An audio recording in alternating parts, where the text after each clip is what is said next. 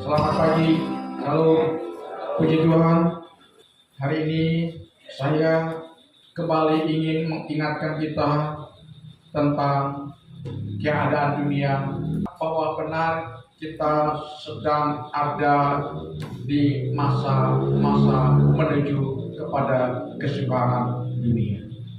Kenapa saya mengatakan ini kepada kita? Karena di wilayah kita saja, siapa yang pernah menyangka kalau titik koordinat gempa bumi itu ada di wilayah Kecamatan Tenggulu di Desa Riau. Kemudian belum seminggu kita juga mengalami fenomena alam yang sangat tidak biasa. Hujan setengah malam saja tiba-tiba mengakibatkan banjir bandang yang di luar kebiasaan. Di Dusun Kedakas tidak pernah banjir sebesar itu, tapi pada beberapa hari kemarin Kedakas dilanda banjir sebesar itu. Ini tanda bahwa dunia memang sedang dalam keadaan tidak baik-baik saja, karena Alkitab sudah menubuatkannya kepada kita dalam 2 Timotius pasal 3 ayat 1. Ketahuilah bahwa pada hari-hari terakhir, detik-detik ini akan datang masa yang sukar. Dunia sedang memasuki masa sukar, dan tanda-tanda dunia sedang menuju kepada masa-masa sukar itu sedang kita lihat, ya, sinyalnya sedang menyala-nyala. Ya.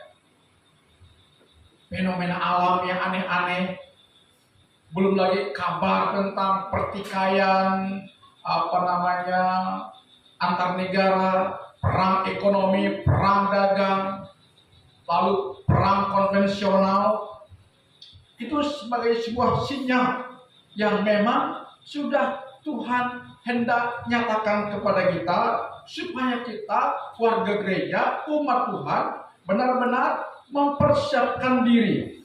Kita tahu perang yang sudah lama berkecamuk. Saya akan ulangi lagi, seperti perang Rusia dengan Ukraina juga belum selesai, belum juga tuntas, belum ada juga gencatan senjata, dan sampai sekarang mereka masih main tembak-tembakan. Menyusul lagi perang Israel dengan Hamas juga sampai saat ini belum juga ada jeda atau berhenti. Lalu pecah lagi perang Israel dengan Hizbullah yang ada di negara tetangganya di Lebanon, yang sekarang juga sedang luar biasa, sampai Israel menjatuhkan bom puluhan ton, saudara, untuk meluluhlantakkan musuh-musuhnya. Lalu belum lagi ancaman negara-negara seperti negara Timur Tengah karena ingin membela salah satu sekutunya. Pokoknya sekarang dunia sedang dalam ancaman. Nah, kalau perang ini benar-benar berkecamuk dan tidak bisa diatasi oleh badan dunia melalui Badan Perserikatan Bangsa-Bangsa, maka akan berdampak kepada ekonomi dunia. Nah, ini masalahnya. Kalau perang ini terus berkecamuk dan dampak dominonya adalah perekonomian dunia. Dan kalau sudah merembet kepada masalah ekonomi dunia, maka itu akan berpengaruh kepada keberlangsungan hidup umat manusia yang ada di dunia ini, ya. Karena kita setiap hari tidak mungkin kita tidak makan, ya. Setiap hari kita pasti mendapatkan segala kebutuhan pokok kita tercukupkan. Coba bayangkan, saudara-saudara, kalau perang itu ada di wilayah kita, seperti sekarang sedang terjadi di Lebanon, seperti sekarang sedang terjadi di Ukraina dan Rusia, seperti sekarang sedang terjadi di Gaza. Bagaimana kondisi kita, saudara-saudara? Tidak dapat dibayangkan. Belum lagi salah satu negara yang merupakan negara superpower ekonomi, yaitu Tiongkok, yang juga sedang berencana untuk menginvasi Taiwan, untuk mengambil alih Taiwan kembali. Nah, ini juga akan berpotensi mengganggu stabilitas dunia, apalagi kita yang ada di negara Asia. Karena itu hari ini Tuhan kembali mengingatkan kita sebagai anak-anak kerajaan.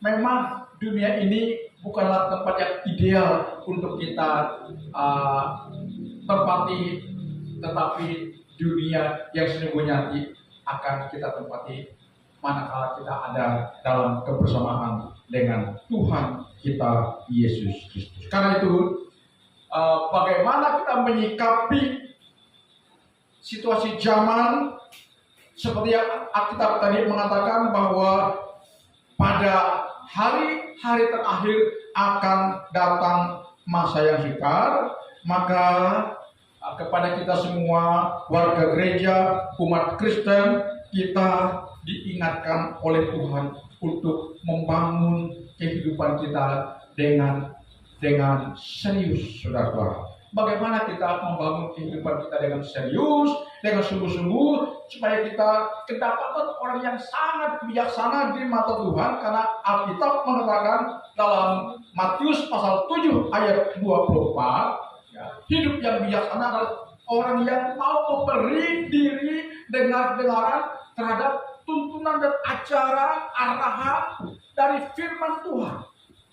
Yesus berkata, ya, barang siapa yang mendengarkan perkataanku dan melakukannya dengan segenap hatinya, maka ia sedang membangun rumahnya di atas batu karang yang teguh. Sebagai orang yang bijaksana, dia membangun dasar-dasar kehidupannya yang bagus, yang benar, yang kuat. Manakala terjadi goncangan, rumah kehidupannya tidak luluh berantakan. Artinya kita tetap ada dalam rancangan Tuhan yang terbaik. Jadi orang yang bijaksana adalah orang yang mau memberi dirinya untuk diarahkan Tuhan melalui firman Tuhan.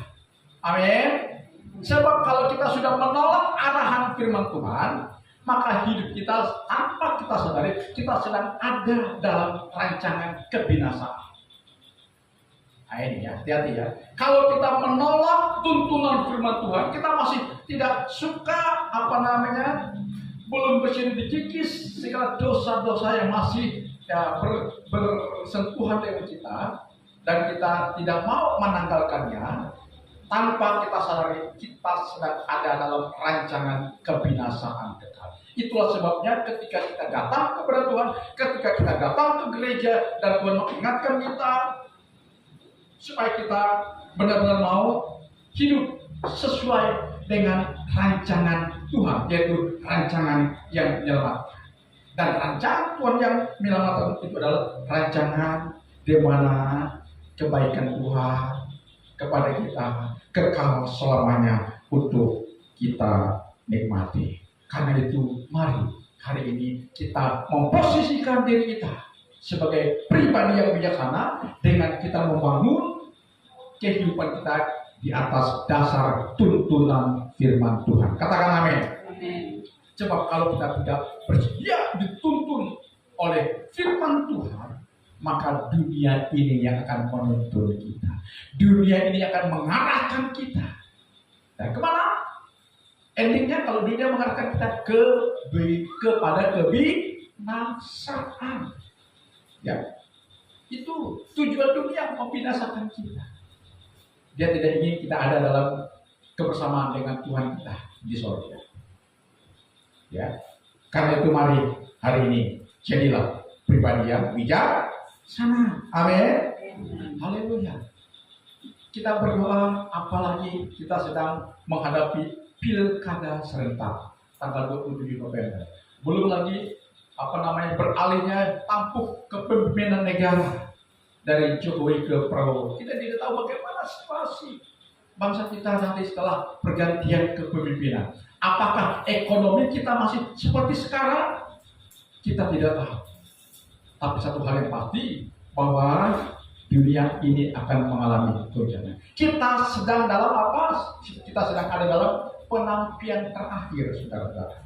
Tuhan ingatkan kita sedang ada dalam penantian kesepian. Jadi kita diminta oleh Tuhan untuk sungguh-sungguh mencari Tuhan.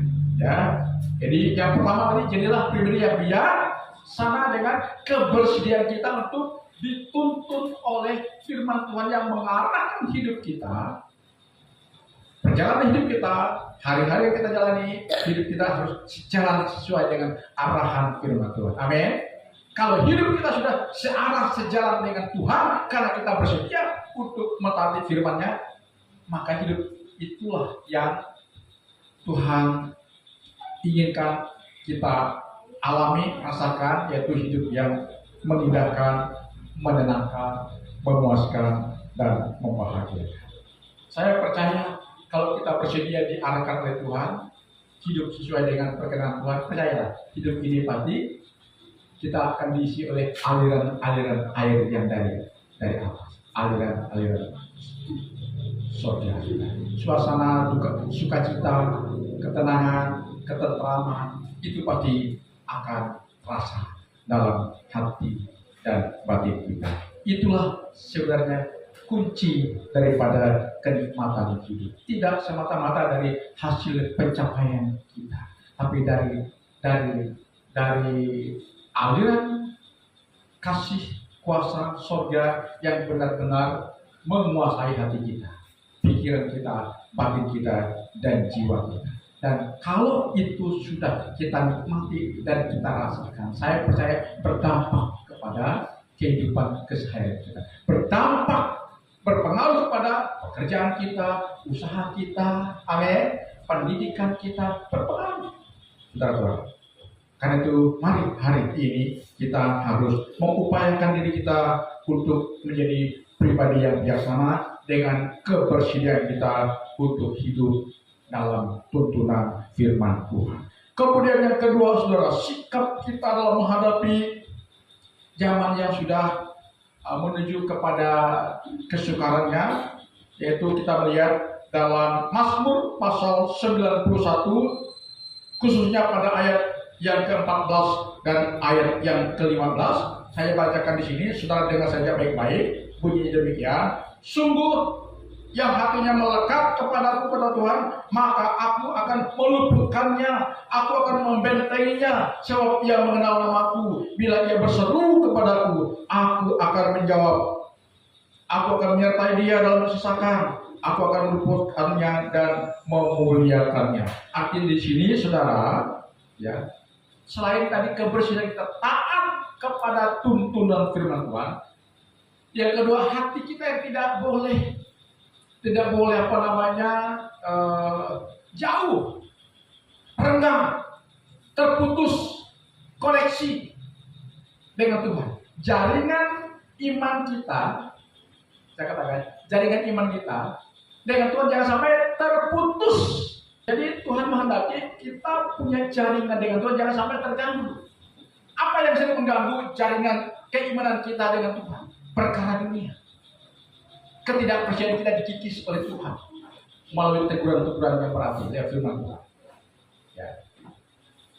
Karena itu hari ini mari kita melekat erat dengan Tuhan dengan menjaga agar sinyal keimanan kita dengan Tuhan tetap terkoneksi. Katakan amin. Tetap terhubung. Karena Tuhan mengatakan yang hatinya melekat kepada Tuhan, yang hatinya melekat kepadaku, aku akan meluputkannya, kata Tuhan. Aku akan membentenginya, sebab ia mengenal namaku. Setiap orang yang mengenal nama Tuhan. Siapa nama Tuhan? Dalam Perjanjian Baru, nama Tuhan yang ketika Yesus. Sebelum Yesus menyatakan dirinya lahir melalui rahim seorang wanita yang bernama Maria, menderita mati salib. Dulu namanya adalah Yahweh, YHWH. Nama Tuhan.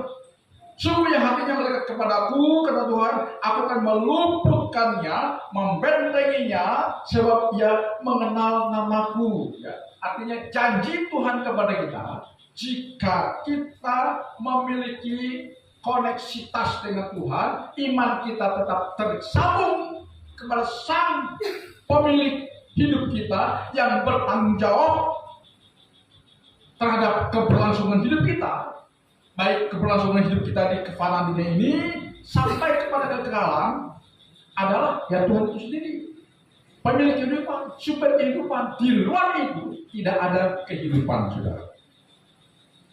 Itu sebabnya sangat tegas Mazmur ini mengatakan kepada kita, sungguh yang hatinya melekat kepadaku, aku akan meluputkannya. Bila ia berseru kepadaku, aku akan menjawab. Aku akan menyertai dia dalam kesusahan. Aku akan meluputkannya dan memuliakannya. Ini janji Tuhan kepada kita, saudara-saudara. Ya, saya percaya kalau Tuhan berjanji, niscaya dia akan menepatinya. Katakan amin. Ya. Kita melihat fenomena atau tanda-tanda zaman yang sedang menuju kepada kesukaran. Tapi janji Tuhan ini juga harus kita pegang. Amin. Bahwa orang yang melekat kepadaku, orang yang sungguh-sungguh kepadaku, aku akan membelanya. Amin. Aku akan menjaganya, aku akan melindunginya, aku akan meluputkannya. Bahkan dikatakan, aku akan memuliakannya. Apa arti daripada kata memuliakan? Pemeliharaannya kepada kita. Dunia mungkin boleh krisis, tapi kalau Tuhan sudah menyatakan kuasa pembelanya kepada kita, meluputkan kita, menyertai kita, membentengi kita, maka kuasa pemeliharaannya ya, kita rasakan.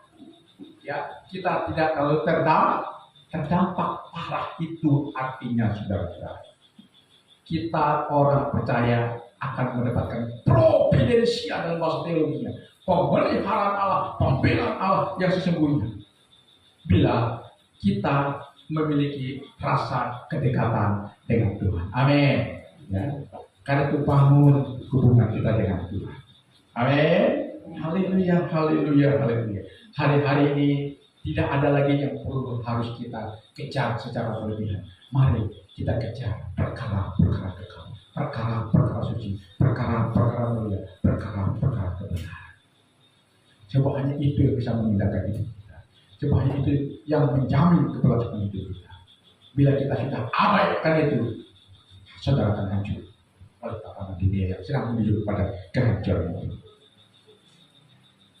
Kemudian yang ketiga, saudara, sikap kita sebagai warga gereja, sebagai orang percaya dalam menghadapi keadaan dunia yang sedang tidak baik-baik saja adalah kita diminta oleh Tuhan untuk tetap setia dan bertahan dalam iman dan ketaatan kepada Tuhan bagaimanapun kondisinya.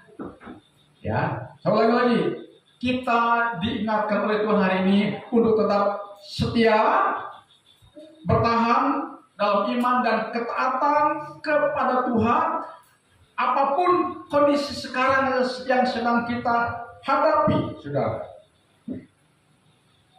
Ini yang Tuhan mau. Ya. Kan banyak orang nih dalam keadaan baik dia lupa Tuhan, dalam keadaan tidak baik dia juga lupa Tuhan. Tapi yang benarnya adalah dalam keadaan apapun kita tetap ingat Tuhan. Kan ada lagu mengatakan, apapun yang terjadi di dalam hidupku, lalu ku berkata Tuhan Yesus baik dalam segala yang terjadi. Selalu ku berkata Tuhan Yesus baik. Amin. Karena bukan Tuhan Yesus baik. Kalau Tuhan Yesus tidak baik, tidak mungkin dia bersedia mati menanggung segala dosa, kesalahan, dan pelanggaran kita. Tidak mungkin, saudara. Tuhan itu baik. Karena Tuhan itu baik, maka marilah kita tetap setia terhadap kebaikan Tuhan itu. Bertahan dalam iman kita, apapun keadaan yang sedang menghadang kita tetap bertahan. Karena kitab Wahyu pasal 2 ayat 10 bagian B mengatakan, hendaklah engkau setia sampai mati, dan aku akan mengaruniakan kepadamu mahkota kehidupan. setia. Amin. Orang yang setia adalah orang yang tetap bertanggung jawab melakukan perannya meskipun di tengah-tengah kesulitan dan tekanan. Haleluya. Mungkin dalam waktu dekat menjelang kita mengakhiri tahun 2024 ini akan ada banyak kesulitan, tantangan, keadaan yang tidak sesuai dengan harapan yang akan menghadang kita. Namun percayalah, bila itu kita alami, Tuhan ingatkan kita tetap setia. Katakan amin. Sebab biasanya hidup seperti itu kadang-kadang Tuhan izinkan untuk kita alami, untuk memberikan semacam shock terapi kepada kita, ya. Karena Roma pasal 8 ayat 28 mengatakan Allah turut bekerja dalam segala sesuatu untuk mendatangkan kebaikan bagi orang-orang yang mengasihi Dia. Haleluya, haleluya. Ini yang Tuhan mau. Ya, tetap setia, amin. Kuat bertahan dalam keimanan. Tahan jaga kemuliaan iman kita. Jangan bergeser sedikit pun dari titik koordinat iman kita kepada Tuhan Yesus Kristus. Kemudian kita tetap setia dalam menjalankan ibadah kita kepada Tuhan, amin. Ya, setia karena ibadah itu mengandung janji, kata firman Tuhan, baik untuk hidupnya sekarang atau untuk hidup yang akan datang. Setia dalam kita mentaati sedikit apapun, seberat apapun firman Tuhan kepada kita, harus kita lakukan karena itu untuk kebaikan dan keselamatan kita pada akhirnya, saudara. Karena terakhir saya akan sampaikan satu ayat buat kita, Matius pasal 24 ayat 13 mengatakan bahwa hanya orang yang bertahan dengan baik, hanya orang yang bertahan sampai akhir, setia sampai akhir,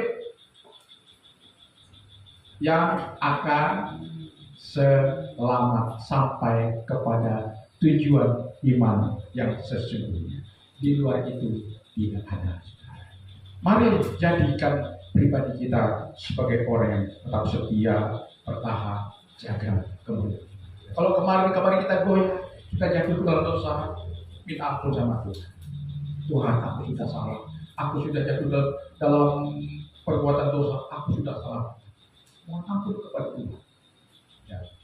Layakkan aku Tuhan untuk kembali lagi kepada di saya pengampunan Tuhan akan Tuhan limpahkan kepada Tuhan. Karena 1 Yohanes pasal 1 ayat 9 berkata, jika kamu mengaku dosamu, maka Dia adalah setia dan adil, sehingga Dia akan mengampuni kamu dari segala kejahatan dan mengujikan kamu dari segala dosa-dosa yang kamu lakukan. Pengakuan kepada Tuhan dengan jujur, ikhlas, kemudian janji Tuhan, aku mau setia kepadamu. Karena aku sadar bahwa dunia di mana sekarang aku sedang berada adalah dunia yang sedang menuju kepada kesukarannya. Namun aku percaya jika aku ada bersama dengan Engkau, aku percaya kuasa pembelaanmu, pemeliharaanmu kepadaku, niscaya akan aku alami. Demikian ya, kita menjadikan dia. Haleluya, haleluya. Tuhan memberkati.